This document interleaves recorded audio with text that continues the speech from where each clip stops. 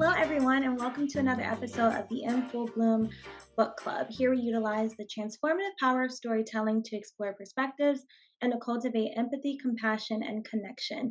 Our season theme is collective grief and trauma, and we'll be answering the questions: how does trauma shape us? What consequences of collective trauma are we facing today? And how can we support one another in navigating collective grief? We are currently reading The Collective by Alison Gaylin. Physical and digital book purchase options are in the description box below. This episode will be discussing the end portion, the last third of the book, chapters 15 through 22. There will be lots of spoilers in this episode, so if you're interested in reading along and joining the discussion, we recommend that you go read the chapters and come back to join the discussion. If you enjoy this type of content and value what we are doing here, you can show your support by liking, commenting, and subscribing below. At the beginning of each of our episodes, one of our hosts provides a quote of the day, and today is, drumroll please, Asia. What's your quote of the day? All right, so Tia knows this, but this is actually a quote that I hold near and dear to my heart. It's something that kind of live by, or it just inspires me and motivates me to continue this type of work. But the quote is by Maya Angelou. It's, "There's no greater agony than bearing an untold story inside you." And to me, it's just her saying that we all have a story, whether it's our story or stories from our past, our families, things like that, that deserve sharing. And it's so beautiful.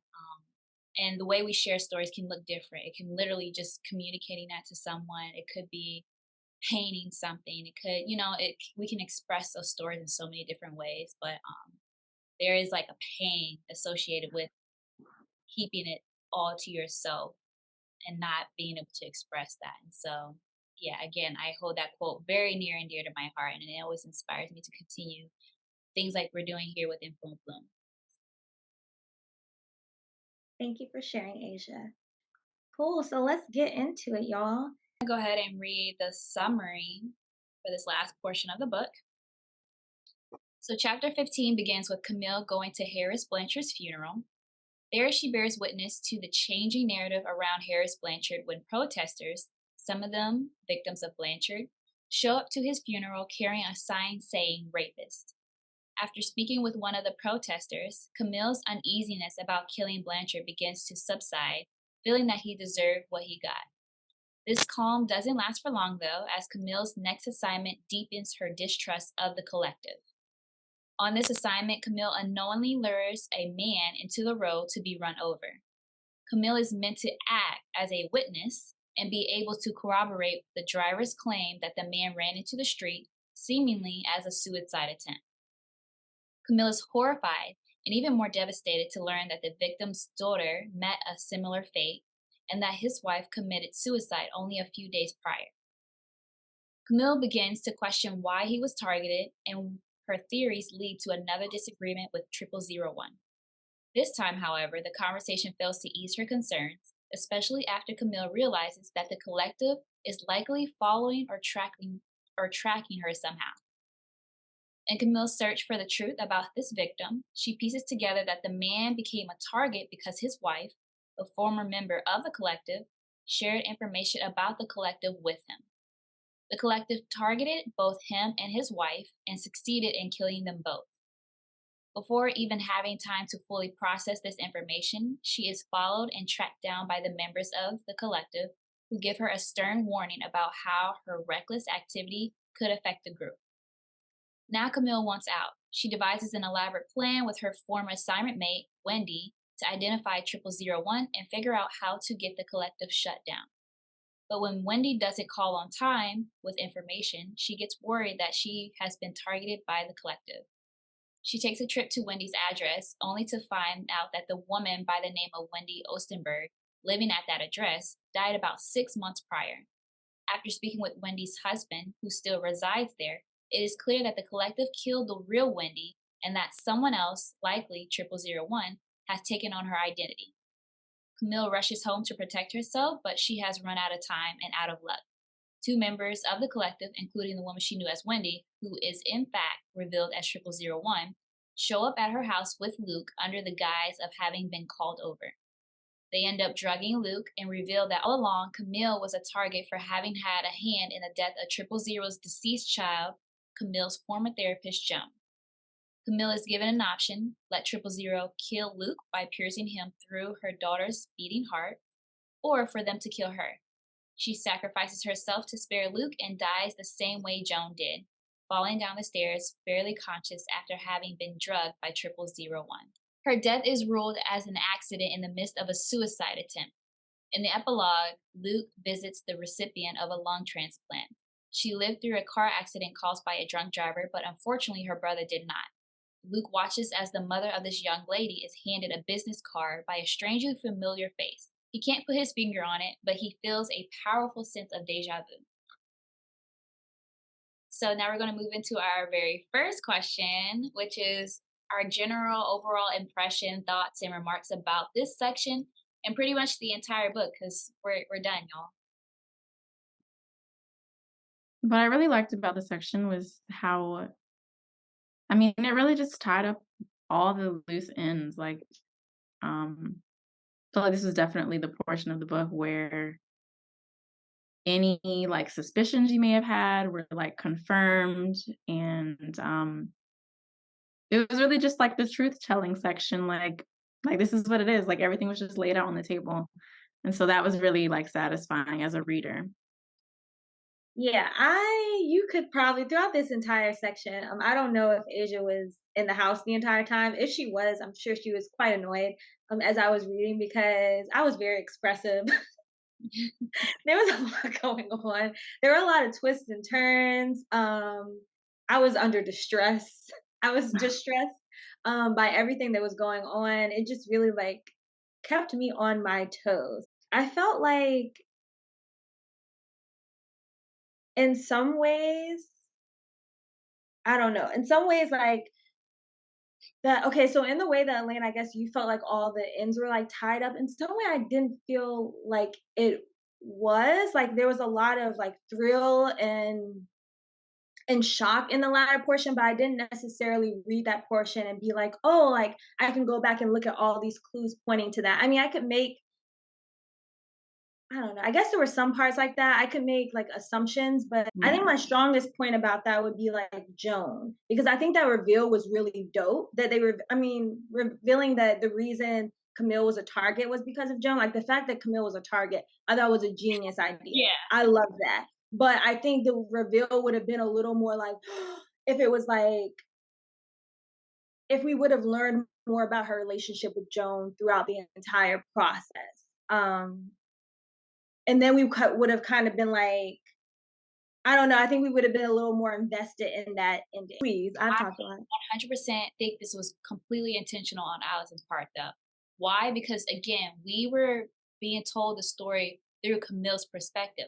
Camille is, like she said in the end, Camille has been so wrapped up in her own grief, she wasn't taking time to consider how that grief impacted everybody else. So, of course, she didn't mention too much about Joan and her guilt about the situation because she was just concerned about the fact that I want this guy killed for killing my daughter.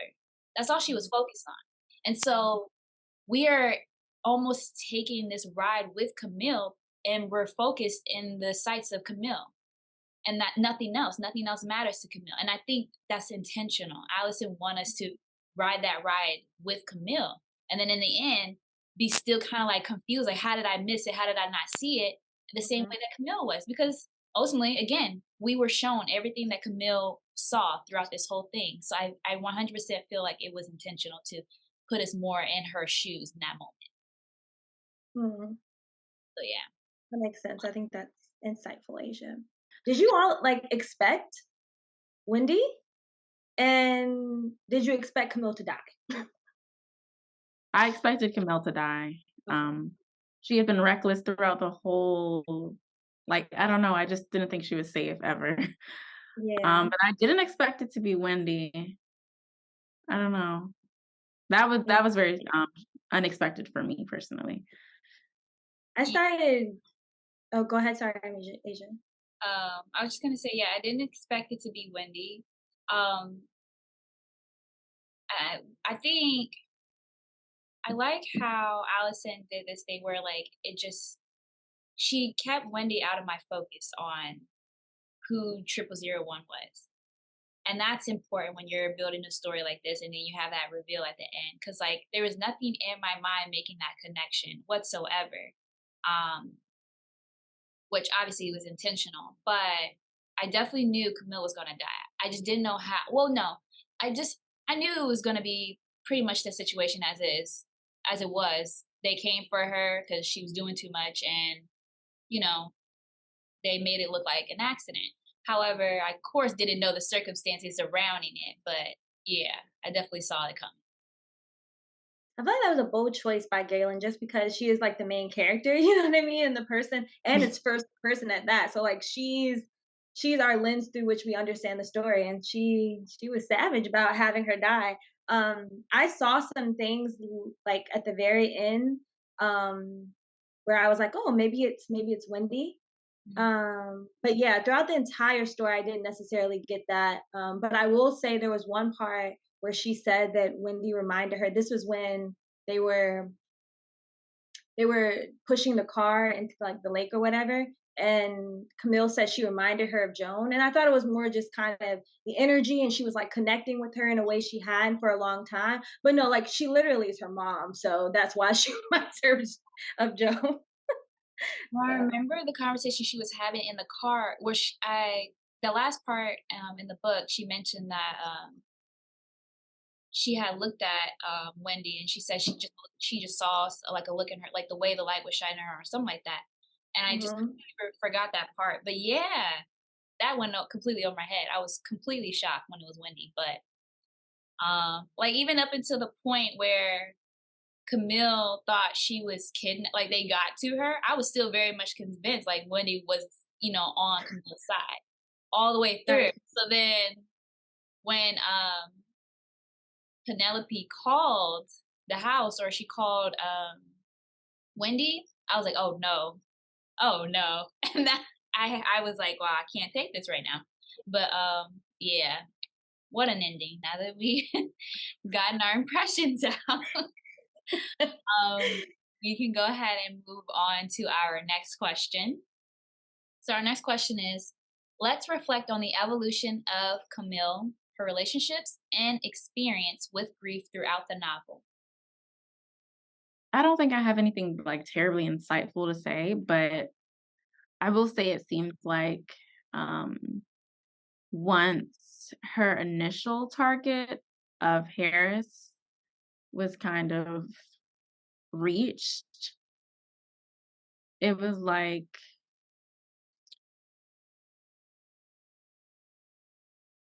she wasn't consumed by it as much, I Hmm. guess. Um, and in terms of like the way that her relationships evolved, I feel like she was closer. I don't know if this is just me. I feel like she was closer with everyone before she got involved Hmm. because after she had to kind of lie about where she was, what she was doing, and of course, lies kind of distance you from people that you're in relationship with. Um, so I can definitely say for certain, I don't think it was as satisfying as she imagined Harris's death would be. And then I feel like her relationships declined in terms of how tight knit her support system was. It seemed like it just became like I gotta cover up this lie and I have to try to not look guilty and the collective and this and that. So that's how I feel about that. Hmm. Yeah, indeed.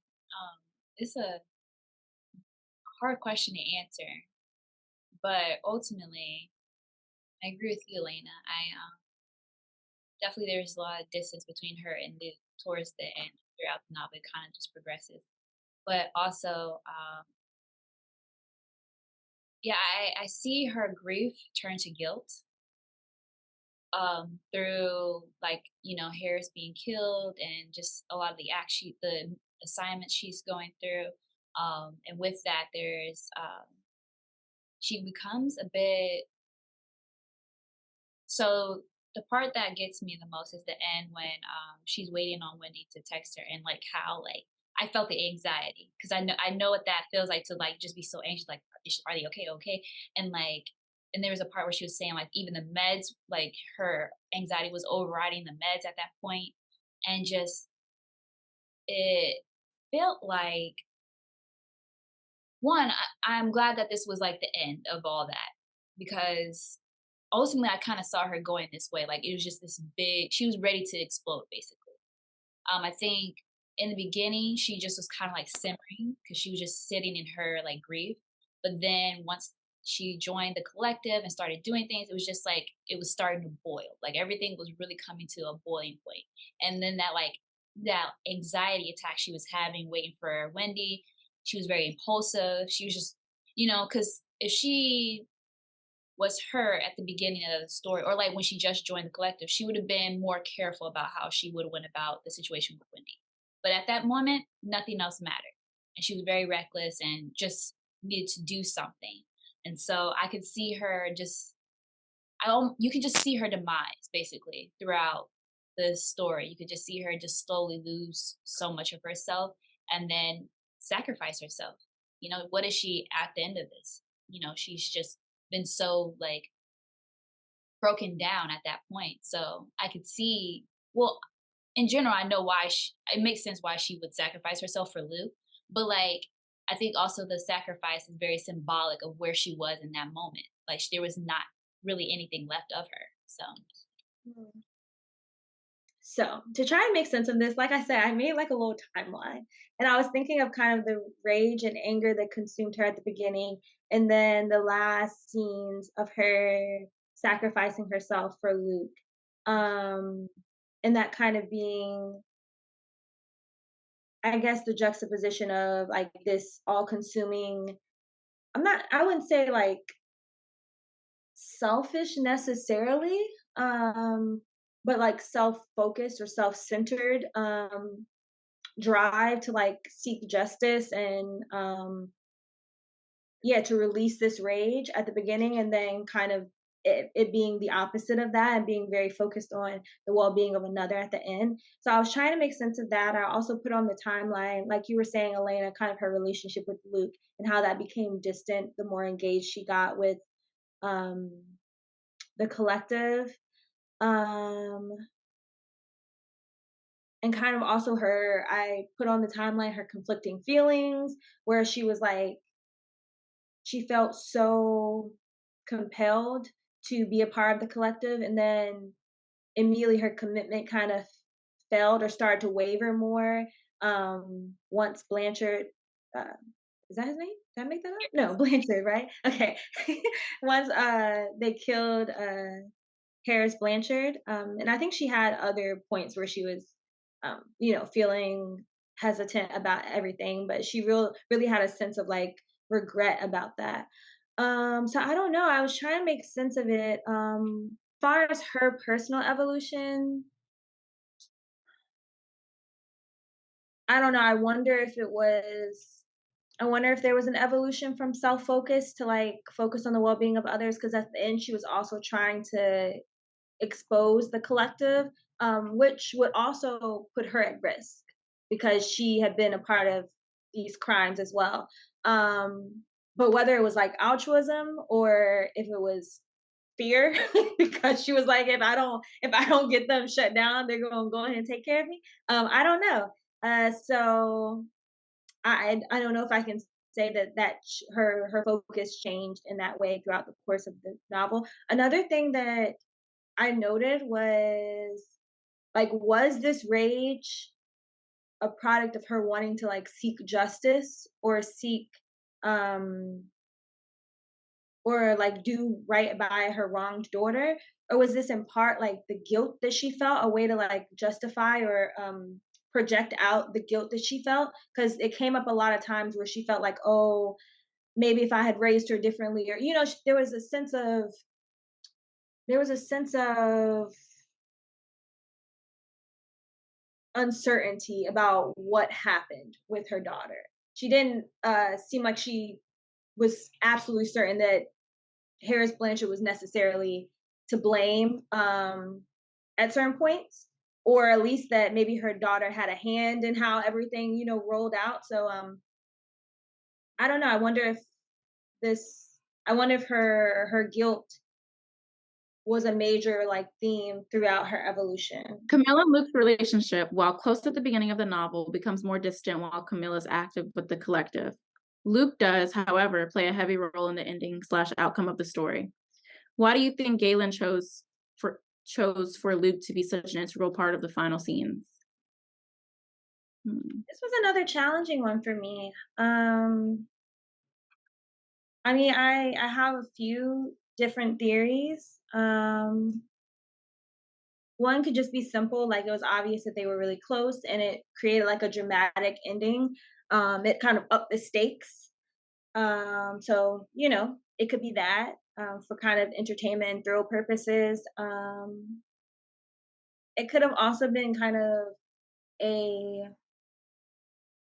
emphasizing that kind of concept of like she had made statements about like her destroying everything around her a few times in the book, and kind of emphasis on how her rage affected everyone around her. Maybe it was in part symbolic. So in by saving Luke, she saved the last kind of remaining thing left of her daughter. And so in that way, maybe her daughter's legacy like continued, or um, so maybe it was kind of like a she got to save her daughter in a way that she didn't have the opportunity to before. Um, and then I also thought, again, there was a lot of mention in the novel from there was a lot of mention of kind of the injustice um, that we have in our society as a result of privilege. And so I wonder if it was kind of a metaphor for like the cyclical nature of um, injustice, not only in individuals, but in community. There was a domino effect to end up affecting Luke. And then at the end, in the epilogue, he saw the process continuing, and kind of, in part, it all stemmed from these, or in not in part, it all stemmed from these women feeling like justice wasn't served on the behalf of their murdered children. So, to go along with the theme of kind of what I said about Camille's demise, I kind of saw it as I like the last point that you said too, Tia. It being her kind of push, the last chance to save her daughter, right? Um, to take that a step further, the story behind Niobe, her grief turns to stone, and I think at the end, Camille turned to stone. She had nothing left, but Luke was the last extension of her because that's her daughter's heart, and she created that body and everything. So that was the last thing she had.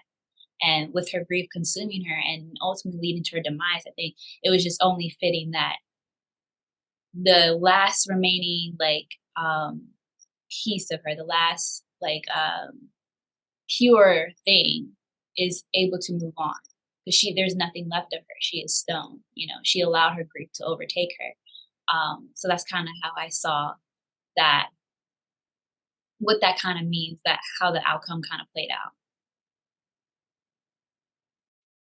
I mean, I kind of agree with what y'all were saying. Like even while I was like reading the book, it was kind of like unfortunate to me how like the rest of the moms didn't necessarily have Camille had, in the sense that she had a living person that like actually had her child's heart. I just wish that maybe she would have seen that rather than like being so consumed with like killing Harris, or that part, and more so embrace that like you have someone that's like, I don't know, that has like a piece of your daughter inside of them. So I definitely agree that maybe it was kind of like a symbol of like she did save some aspect of Emily's Mhm. memory. Okay, so we're about to move on to an activity, but before that, I just want to remind our tribe, the viewers, to like, comment, and subscribe. Your support means so very much. It's a big part of how we'll realize our vision. So again, if you feel compelled, if you feel inspired, it will mean so very much to us. So, our activity today is a game inspired by the party game Herd Mentality by Big Potato Games. The objective of the game is to earn the most points by utilizing the power of groupthink. We will have 4 rounds. In each round, we will be given a prompt. For example, name an animal that's name begins with the letter P. Each contestant will provide an answer that they believe will match that of the rest of the group. 2 points are awarded if all 3 of our answers match. 1 point is awarded to everyone whose answer matches someone else's. No points are awarded if your answer doesn't match anyone's. And at the end, we'll calculate points. And because we're competitive like that, the person with the highest amount of points wins. We have no prize except for pride and dignity. Um, I'm going to read the prompt. We'll do like give everyone a minute to enter their response. I'll do a 3, 2, 1 countdown, and at 1, we'll push enter. Does that make sense? Cool. Yes. Awesome. So our first prompt is name a car mentioned in the book. Okay, everyone ready? 3, Yes. 2, 1. Oh. Okay. So that is Asia and I put Prius. Elena put Mercedes, so that's gonna be. I'll keep track of the points, y'all. That's gonna be 1 point for Asia and I. So funny. So I was talking to Tia about this, and I was like, I could name like 4 of the cars. Mercedes was the one of them. Tia, do you remember the Mercedes? Nah, It's I remember the exciting, Prius. bro. That's. I think there might have been a Honda, and that's all I could remember. I think I like repressed that memory because it scared me when it scared me when she said she was like doing like a bright smile with like red lipstick and like I see you like so I think I tried to forget about that. Oh But I yeah, didn't put yeah. that down. Goodness gracious. Books should not cause this level of trauma. I'm so sorry, Elena. I'm I didn't. stressed. We did not It's like mean to have this be your experience. yeah. Oh, for real, that was a lot though when she did that. No, I think I was at the time. I may have been home alone, and I legitimately was like in my bed like this. On your shoulder. I was like, "You're a child. It's not that scary," but it did. It was very creepy. Yeah. I was like, "They're watching me." Alrighty, y'all. Okay, going on to the next prompt. Name a weapon used during one or more of the collective's killing.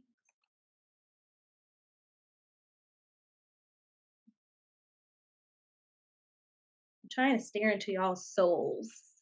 What y'all thinking about? All right. 1, 2, 3. Yay! Okay, we all got it. So we all put knife. Asia and Elena, more specifically, hunting knife. I'm happy I put that one. I almost put bomb because that was so like, which actually wasn't a, well, it wasn't bomb. I almost put bomb. It was used. Huh? It did blow up. Yeah. And that was just like shocking to me, but the knife was a whole thing. That was my first like experience of just like, oh, they about it. Like this is really going down. Okay. So we each get 2 points from that. Okay. The next prompt, name a target of the collective, meaning one of the individuals that was targeted by the collective, whether or not they were killed.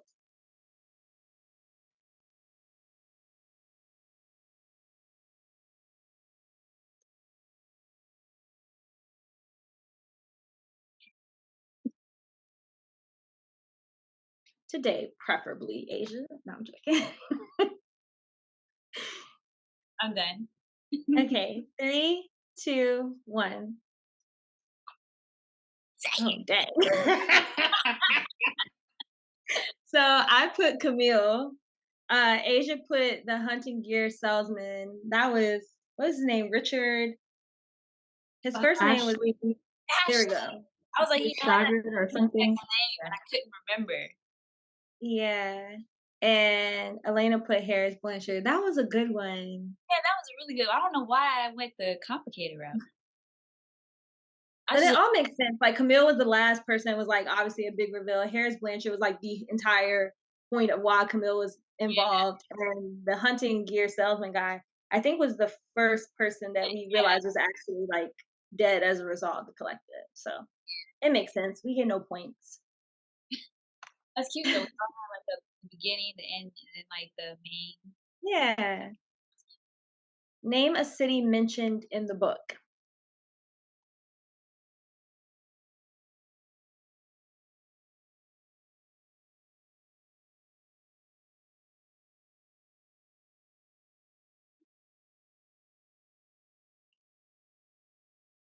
Okay, I'm ready. Okay. 1, 2, 3. First of all, Asia and I definitely both made that up. There's so many random cities. Like I'm like the only one I know is real is they mentioned New York. I'm pretty sure Fayetteville and Huntsville are not cities that they mentioned. And they mentioned a lot. I couldn't remember not one city they mentioned. I was like, maybe it was Pleasantville. It was a Ville. It was the last place she went to. No, that's Hill. No, it That's was why I put Hunts Hill. no, it was Ville. I know it was. For real? Yes, it was. I promise you it was. This last one could potentially be a tiebreaker. So the stakes are high. Um, describe a run-in between Camille and 001. So obviously these answers are not going to be exact, but a description of one of the many run-ins that when Camille tried 0001. So as long as it's clear that we're describing the same scenario, then it'll count. Alrighty, so our responses. Elena says, Camille says to 0001, the collective killed 1219 because she told her husband rather than him bullying someone off the cliff. I said when Camille questioned 0001 about the death of Natalie and Dr. Duvall, Asia says after she realized the collective killed Ashley. Okay, got you. So, Elena, are we talking about the same situation? Yeah, the doctor. Okay, She was cool, like, they never. cool. Got you. Cool. So, Asia, you get no points. But Elena and I got that. So, that leaves. Now we are at the end of the game. That leaves Asia with 3 points. I have 4 points. Elena 3 points. That was a lovely game, y'all. Formidable opponents. Yay, that was fun. That was fun. Hey, Tribe. Before you go, we wanted to chat with you about how you can help your fellow humans navigate collective grief and trauma. This season, each host has chosen a charity to share with you all. The charities we've selected have missions that address collective grief or trauma in some way. Our hope is that you'll find a charity whose mission aligns with your hopes for humanity. You can check the description box for links to our fundraising pages. We encourage you all to explore the websites for information about each organization's impact and ensure you're making an informed decision when giving. InfoBloom Media has no affiliation with any of these charities or crowdfunding platforms. Thank you all for your consideration. Journey well.